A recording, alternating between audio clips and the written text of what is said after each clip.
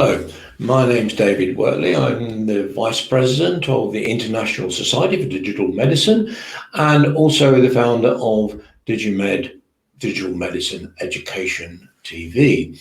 I'd like to share some ambitions with you on the future of health and well-being and what I see as being the disruptive influences which will shape the future of our health and well-being globally. So here's my presentation. I'm talking about disrupting the future of health and well-being in the style of Virgin, Starbucks, LinkedIn, and Manchester United Football Club. In essence, it's a description of a personalized, gamified, and verified health and wellness ecosystem and a profitable and commercially sustainable social enterprise. So, what can we learn from these companies that can help us shape the future of health and well-being? Well, all of the names that I mentioned are strong global brands. They have clear and positive value propositions. We know what they stand for. They have been a disruptive influence which has taken advantage of market failures and opportunities. They provide a strong customer experience and brand loyalty. And they also rely on a win-win ecosystem of partners. They use technology to enable customer interactions and build their business. And they also use gamification in one shape or form for customer engagement and rewards. And finally, none of these organizations existed at the time when I was born. And they've seen rapid growth and the use of innovation. So my starting point is to talk about the game of life. All of us play in the game of life. Whatever age we are, whatever circumstances we are, we don't have any choice. If we are alive, we take part in this game called life. And when we're born, we're all given different cards, if you use the analogy of a card game. And it's not the cards that we're dealt with, it's how we play our hands that counts. And to misquote a famous football coach, good health is not a matter of life and death. It is far more serious. So how do we succeed in the game of life? How do we become a winner in the game of life's league of health and well-being? Well, using this analogy, I want to show you an example of an ecosystem built around successful team. In this case, Manchester United, but it can be any human activity. And this ecosystem of successful teams begins with a club, a brand, a vision, and owners of the club who have the ambition to be leaders in their field. And to ensure that they do that, they employ a coach, like Ole Gunnar Solskjaer. The coach is a strategist, a tactician, and a motivator. And it's his job to bring together the players on the pitch to deliver the results. So underneath Ole, and they're not employed by him, he's a coach, he's a motivator, are players. But there are also backroom people that are necessary to make this a success. We've got physiotherapists, nutritionists, marketing team, backroom staff, and many different kinds of descriptions that all work together to make Manchester United the success that it is. But underneath that layer, there are people who invest their time, money, and attention to make Manchester United a success. These are supporters, but they're also investors and they're also media organizations. Below that, we have spectators, and spectators are not used in the term of people who go along to football matches. These are people who have a general interest. They may be sports fans, the general public, but they don't invest any of their money, time, or attention specifically to make Manchester United a success. And underneath that, we have what I call hermits. And these are people who've never heard of Manchester United Football Club and have absolutely no interest in them. So what is the equivalent in health and well-being? So this is how I see the Man United Football Club style ecosystem of wellness. And like Manchester United, it begins with owners of a club. It begins with a club which has a brand, a vision, an identity, and a clear purpose to be the best in the field. And that club can employ a coach who is a strategist, tactician, and motivator. He doesn't own the club, no ambitions to own the club. What he's motivated by is helping to get the best out of the players in the team. So underneath the coach, you have the players, and these, in the sense of health and well-being, are wellness professionals and all of the stuff associated with delivering good health results. And they are people who get paid for making improvements, making a contribution to the success of this ecosystem. Underneath that, and this is what makes it sustainable, are a whole range of people who are supporters. These are people willing to pay, invest their time, their attention, and their money to make this ecosystem successful. And they can include supporters, investors, trainers, etc., and media organizations. Below them, you've got spectators, and spectators in this context are people who take a general interest in health, but they don't spend a great deal of time looking after their own health or contributing to the success of the health ecosystem. And below that, you've got people who have absolutely no interest in health. And the vision and the aim of this initiative is to try and create this strong team of players and a strong base of fans, supporters, and investors to make it a success and to have an impact in the League of Health and Wellbeing. So what is my ambition? Well, my ambition is not to own a club, it's not to create a club.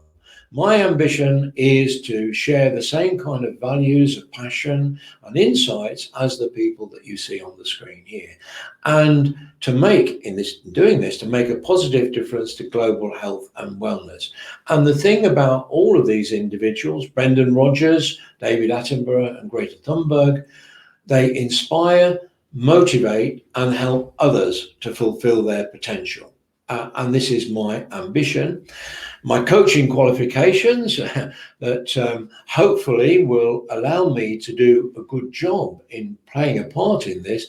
Well, I've led a 72-year apprenticeship in the game of life, and that game of life, like many people, has seen highs and lows during those 72 years. I also have a passion for helping people to fulfill their human potential, and wellness and good health are part of that success in helping to fulfill human potential. I also believe that I have an insight. It's one of my passions, is the impact of technology on business and society. So I see the impact of technology, and I have my own ideas on how technology and humanity can come together. I like to think in my career I've demonstrated some thought leadership in gamification and the technologies that enable gamification. And in my own instance, I've been working, and I have practical experience of gamifying my own health over a period of 8 years, and using many of the solutions that I could talk about today to achieve some of those results. I was the founding director of the Serious Games Institute, and in that context, I did with the Serious Games Institute what I'm hoping to do with this new initiative. And finally, and importantly, I have a burning ambition to make a difference to people's quality of life. So what do I need?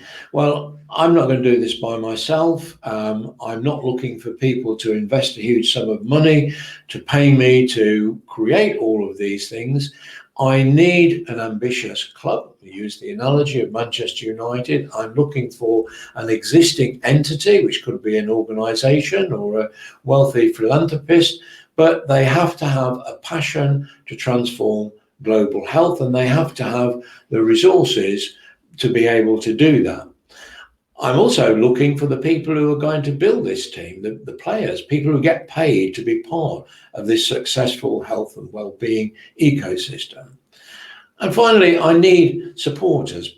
This will only work if we are able to persuade people to invest their time, money, and attention to enjoy and share the benefits of good health and well-being. So in essence, I want to build a win-win ecosystem of partners with this shared vision for better health. So why now? Why is there a need for this disruptive influence in global health? And why is now the right time to try and create something like this? Well, in essence, there are two things which plague our health. There are communicable diseases and non-communicable diseases. These are the causes of poor health and death. And non-communicable diseases are either preventable, things like obesity, etc., or they can be mitigated by influencing people's lifestyle behaviors. So if we look at the top causes of death, and this is fairly recent, 14th of June 2021, and you look at the top 20 causes of death in the world up to that point, you'll notice that coronavirus is only down in 4th place. And so although coronavirus has had a tremendous impact on global health, it still doesn't take away the fact that the majority of people die or suffer as a result of non-communicable diseases, which can be prevented or at least mitigated. And this is not a trivial problem. Globally, we spend about 10.3% worldwide of gross domestic product on health. And in the USA, this amounts to over $12,000 per person every year.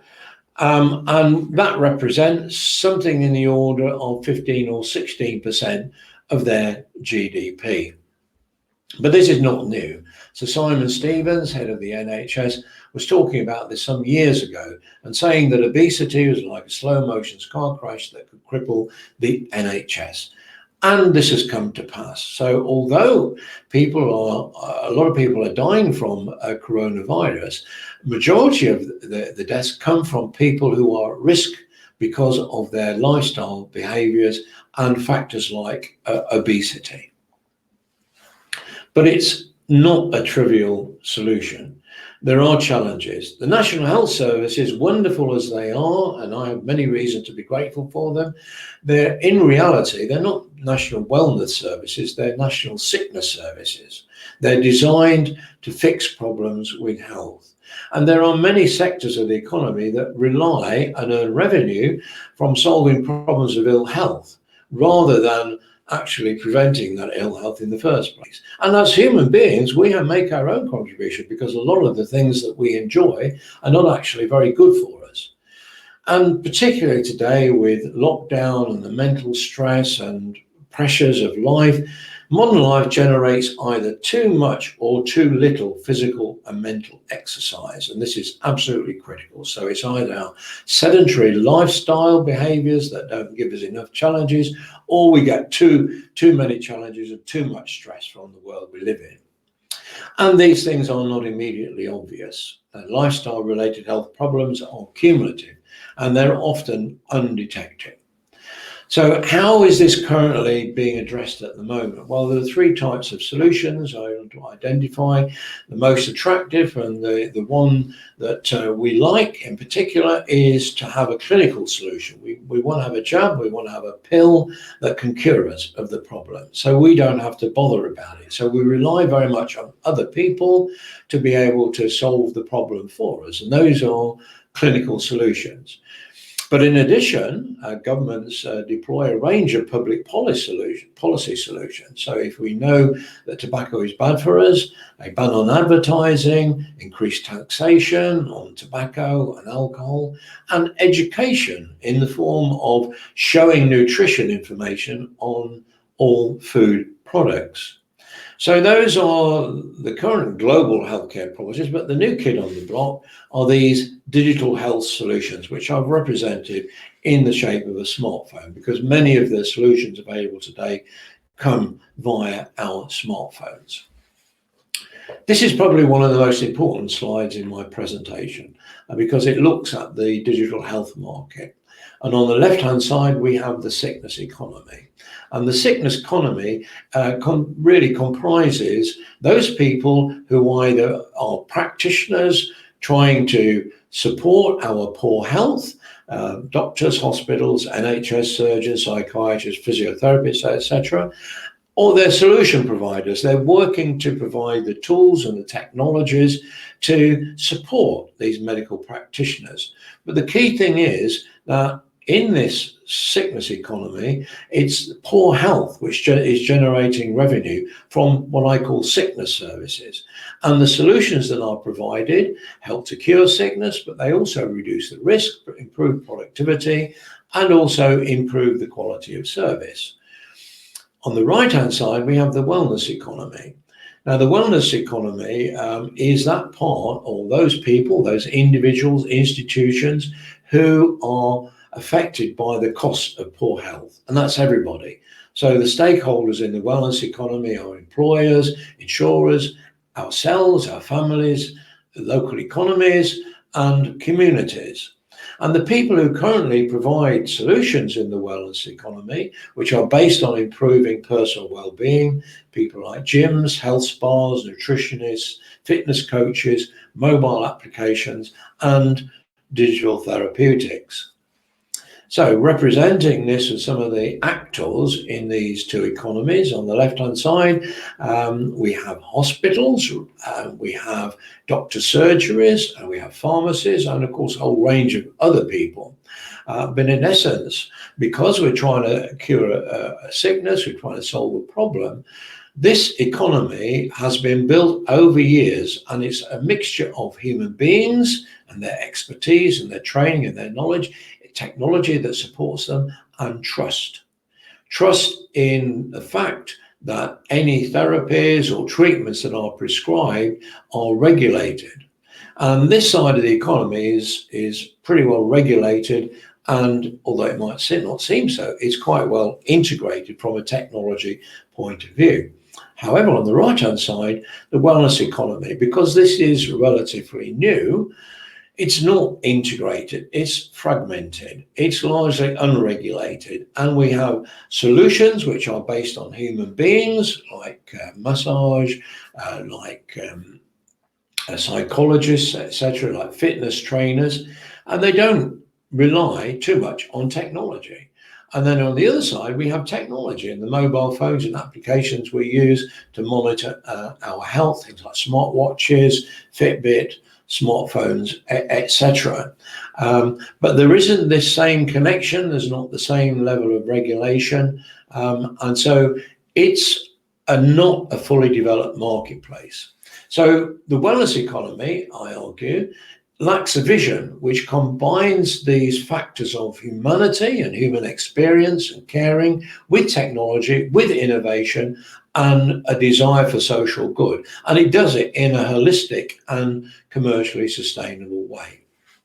So, looking at the problem and the situation, I want you to think about your life as a journey. We all know the starting point of our lives is when we're born, and we all know what the final destination is. And as Robert Louis Stevenson said, it's better to travel hopefully than to arrive. And in my case, I'm closer to the end of my journey than I am to the beginning. But I do want my life's journey to be as enjoyable and fulfilled as it possibly can be. And so I've come up with this idea, and I call it the Digimed Health SatNav concept. It may change names, but the idea is, the analogy is like a SatNav in your car. And the idea of this SatNav is to make life's journey as enjoyable and fulfilled as possible through a combination of humanity and trusted technology that can help make our journey enjoyable and fulfilled by providing us with the best possible wellness experience. And so in delivering a better health journey for everyone, these are the common SatNav directions, equivalent if you want to say. So it's diet and nutrition, which makes a big impact, whether you're sick or whether you're healthy. It's physical and mental exercise of the right kind in the right quantity. It's hydration. It's good sleep, good quality sleep. It's stress management, but equally importantly, it's an infrastructure based on human beings' care, emotional and educational support.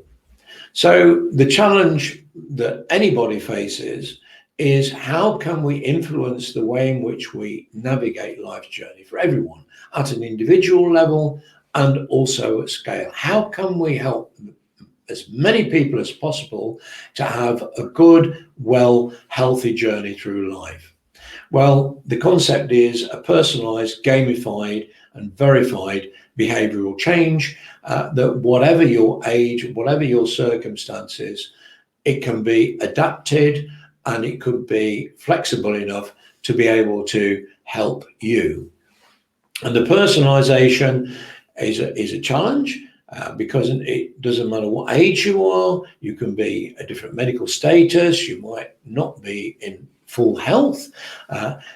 Depends on where you live and your circumstances, whether you're rich or you're poor, what your status is, whether you're employed, unemployed, whether you're retired, whether you're in work, where you come from, what your values and what your ethnicity and culture is. And all of these different circumstances require, if you're going to influence people's lifestyle circumstances, require different messages, solutions, delivery channels, and business models. The gamification part of it is, it's not about playing games. It's creating an environment which encourages and rewards activities and behaviors that reduce the risk and costs of poor health. So this is what's known as game psychology and mechanics. And these are the areas where these game psychology and mechanics need to be applied to make step changes in diet and nutrition, physical and mental exercise, hydration, sleep, and stress management, and providing the human support and infrastructure to make this possible. The verification part of it, we have to prove that whatever interventions we make, whatever changes we make, are actually doing good. We don't want to do harm. And how can we do this? Well, digital technologies allow us to track things. And there are a number of different ways in which we can do this. And without going into detail, one of the ways of doing this is to have a kind of health index, which allows people to see where they are on life's journey.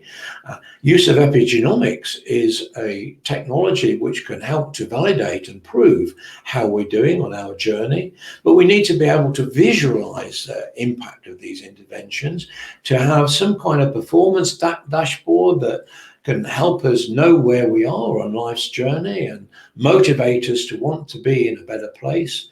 And we got reports and statistics, which are primarily for the stakeholders, that allow us to measure the effectiveness of these digital therapeutics.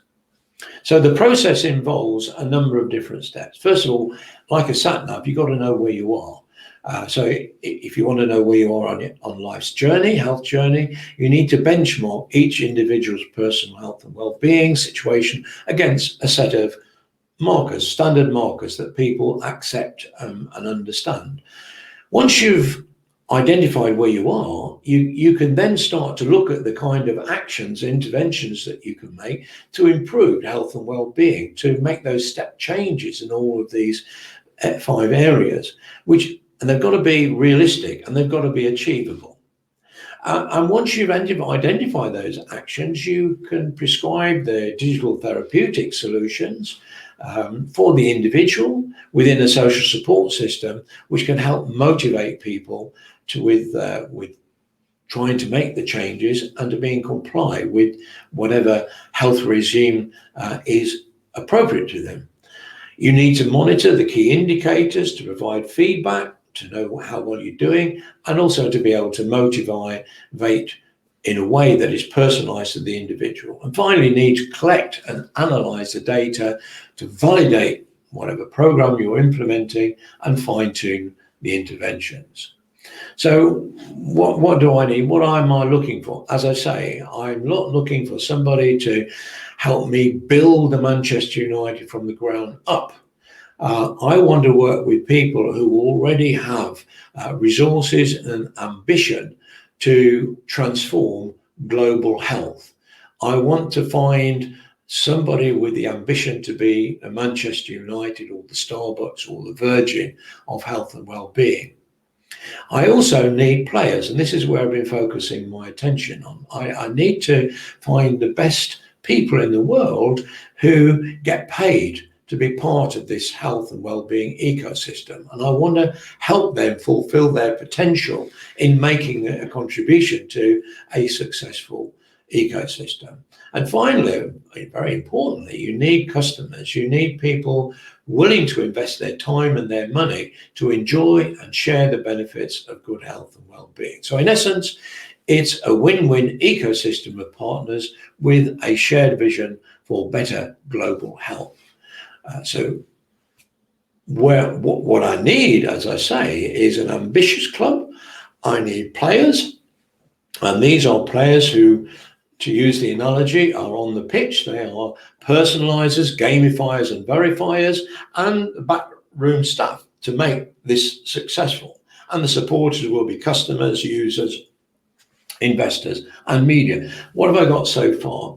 Well, I've focused on collecting some of the best players who've got a contribution to make in personalisation, gamification, and verification. And some of them are able to make a contribution in all of these areas. I've also got people interested in sharing the vision to make this happen, market and promote it. What I need are the other bits of the jigsaw. I need the organisation or an individual with the passion to transform global health and the wherewithal to make it happen. And I need, over a period of time, to build up this fan base with investors, customers and users, and media organisation. So these are the characteristics of the ecosystem team players. I want people that can offer health status and profiling solution. These are the players. I want people that influence the 5 key lifestyle choices and behaviours.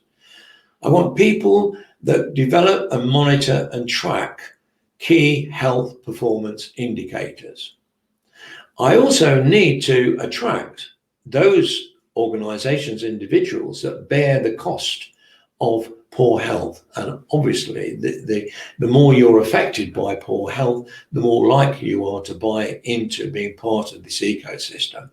And I need people that offer solutions that validate and verify best practices in preventative healthcare.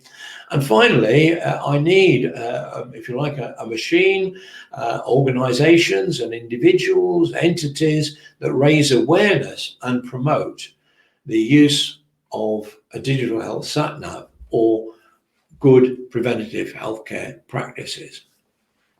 These are the kind of technologies that are going to make it viable. And this is the point about when is it right to do something like this. If you're going to make an ambitious project like this successful, you need the technologies that enable this to be mature enough to make it a practical and viable passion. And these technologies do not exist in isolation. They depend upon each other.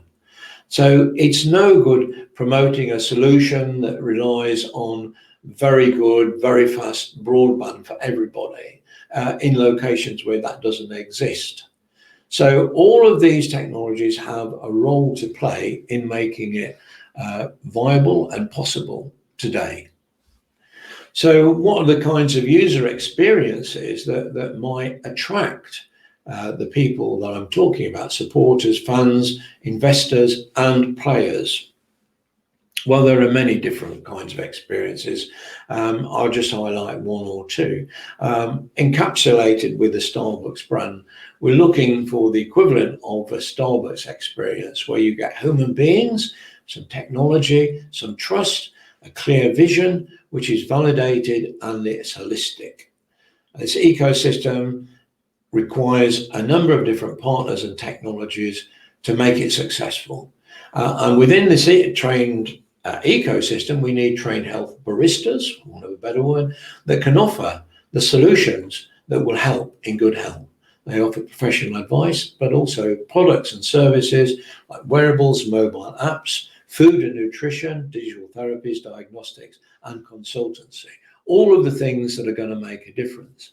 And there could be some physical scenarios in which this could take place. So imagine creating a mirror image of the sickness economy with physical bricks and mortar operations based in the community, but specializing not in sickness, but in wellness products and experiences. So residential locations with spa offerings, for example, surgery style offerings that focus on health and well-being, and retail pharmacy style operations that focus on health and well-being and provide some of the services within that environment. Finally, pop-up offerings. So those are kind of physical scenarios, but there are also other many different manifestations, including partnering to add value with existing organizations. So organizations that provide care in the home, for example, helping them to deliver a better quality of life to their people. Corporate health providers who focus on employee wellness, adding value to their offering by providing additional products and services, expertise and infrastructure to support the way in which they do that. And at a lower level, things like personal trainers, community exercise classes, individuals who, with some knowledge and expertise and some technology, can enhance the quality of what they offer. So it's creating an ecosystem of win-win relationships and technology-enabled teams. And this can take many forms. I've shown a few examples of business models here that could work. A franchise license-based operation, like you might see with Starbucks and many other organizations, who actually don't own all of the premises. They provide a license where people can earn revenue by providing this branded solution, and so on. These are a number of different ways in which you can make it commercially sustainable. So in summary, what we're talking about is a Digimed Health and Wellbeing SATNAV concept. Could be a different name, based on the idea of navigating through life's journey. Begins by profiling people, benchmarking them so you know where you are on your life's health journey, and then providing incentives to encourage people to go to a better place. So there are waypoints, and provide people with a choice of routes, navigation tools, and some mentoring in the areas of exercise, diet, hydration, sleep, and stress management. You need also to be able to keep a journey log and measure how you're doing. And so the technologies involved in, first of all, identify where you are, include things like genomics, digital diagnostics and analytics. Technologies involved in gamifying exercise, diet, hydration, sleep and mindfulness include gamified apps and devices, wearables, embedded biotech, ambient devices in the environment where that's appropriate, digital therapeutics and artificial intelligence. And finally, to prove and verify that you're making a difference, you need technologies like blockchain, genomics, diagnostic tools and analytics tools. And so the players in this ecosystem on the journey, identifying where you are, need people in health and life science sectors with expertise in understanding the human condition and the factors which affect each individual. It include demographics and social sciences. In the gamification part, the people who are going to make the difference are citizens themselves, media organizations, education, coaches, caregivers, and app developers.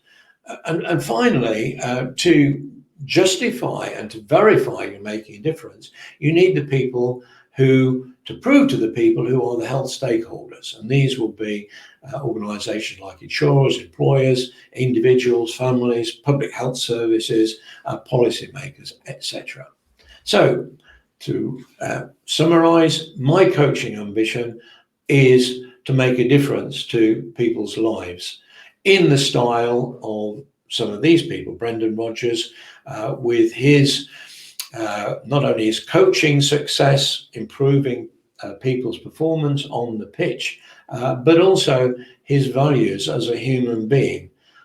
David Attenborough and Greta Thunberg all inspire, motivate, and help other people to fulfill their potential. And that is my ambition. And I've already been through my coaching qualifications, but to summarize them, I think I've got a lot of experience, and I can combine that with that knowledge and that experience and that insight with a strong ambition to make a difference to the quality of life for as many people as possible. So I thank you very much for taking the trouble to look at this video today, and I hope that you will want to be part of that ecosystem of win-win partnership relationships. Thank you.